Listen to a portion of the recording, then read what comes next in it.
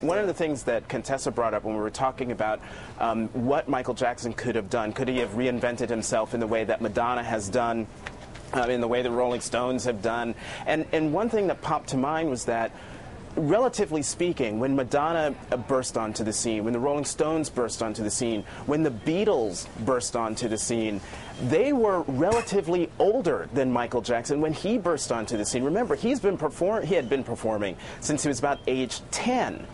They burst onto the scene when they were more mature as people, as human beings. And so, you know, Michael Jackson grew up in the spotlight. We watched him grow up. We watched him transform, like literally before our very eyes, going from the cute little black boy with the afro all the way through the various stages to that announcement in London when he announced those concerts. It was very disturbing to see how thin he looked, the wig and the sunglasses that he wore. But you know, the sad thing is we went from Jackson 5 to his first solo album, Off the Wall, which I have on my iPod, and it is still fresh, 30 years later, to Thriller, which gave us, you talk about the moonwalk being one of those iconic things that he did at the Motown anniversary show. But another iconic thing that he did was in the Thriller video, and I'm going to do something. Hopefully this will go on camera. If you hear Thriller and or you see anybody do this. Yeah, you know that exactly. Automatically you know what that is. You don't even have to say what that is. That was Thriller. You have We Are the World, which that was genius, by the way. Pretty good. We want more. You have We Are the World, which we have Genuine here, but what the heck? Which brought in his band. But my last point, Dylan, I'm sorry to take over the meeting like this. No apologies, but my last point is, after We Are the World, the focus on Michael Jackson was all of the controversial things, the court cases and the lawsuits, the allegations of pedophilia, his various marriages. Suddenly, it went from Michael Jackson, the artist, the genius, to Michael Jackson, this kind of otherworldly, somewhat creepy person who people didn't quite understand who he was, what he had become.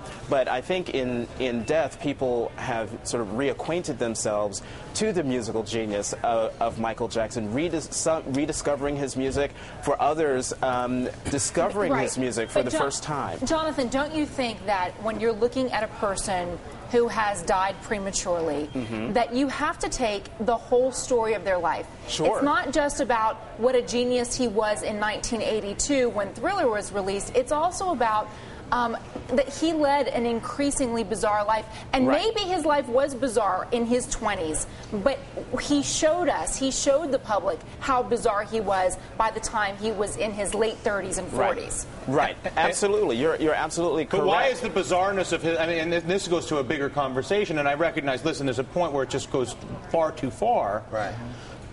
But if somebody does work in public, whether they're a politician working in public, whether they're a performer working in public, whether they're an artist who paints pictures, I don't care whether you're a comedian who tells jokes in public. Thank you. You're welcome. I think there's a broader question here, which is, are we evaluating people, and are people becoming famous and gaining recognition for their achievement for what they do on the stage, in the theater, on the iPod, whatever it is, and have we lost sight of that at our obsession on everything they do when they're not on stage, when they're not on the iPod, when they're not on the campaign trail? I also think, and I talked to Reverend Sharpton this morning, and he has expressed some discomfort. And in fact, he's been very critical of those who are focusing on the bizarre behavior for Michael Jackson. But let's face it, when we talk about Britney Spears, right. Because we pushing her down the same thing. We would not talk about her without. I give you that. But they're doing it in public. If you're bizarre in private, outside of the view of the cameras. But what's private anymore when they follow you around with cameras? But inside your own home, be as bizarre. But I never saw Britney acting crazy in her house.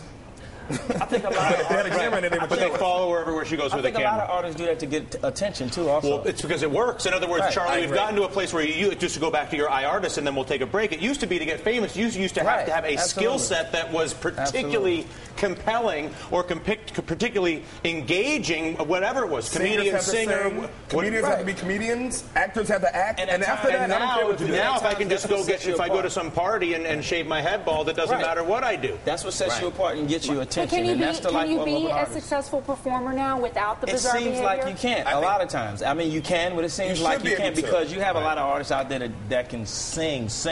But if they don't have the extra marketability oomph, of the sometimes they don't get the notoriety If we that knew a what lot of Chuck the Berry lot and of people Elvis that's and bizarre the get, Ohio you know what I mean? players were doing, And behind John the scenes. Kennedy when he was president. I Lord mean, have listen, mercy. there's a whole list here. It You was and filthy. how many artists do you see and hear over the course of your career who are spectacular talents, but lack marketable? When you're running Epic Records and you're sitting there and you're listening to a singer who's incredible voice, but Here's what I think. Can't make a business it was out of it. a lot harder years ago, okay? Because there was just a radio and maybe an MTV channel to play a video, and your channel of getting distribution through is a narrow pipe. was narrow. Right.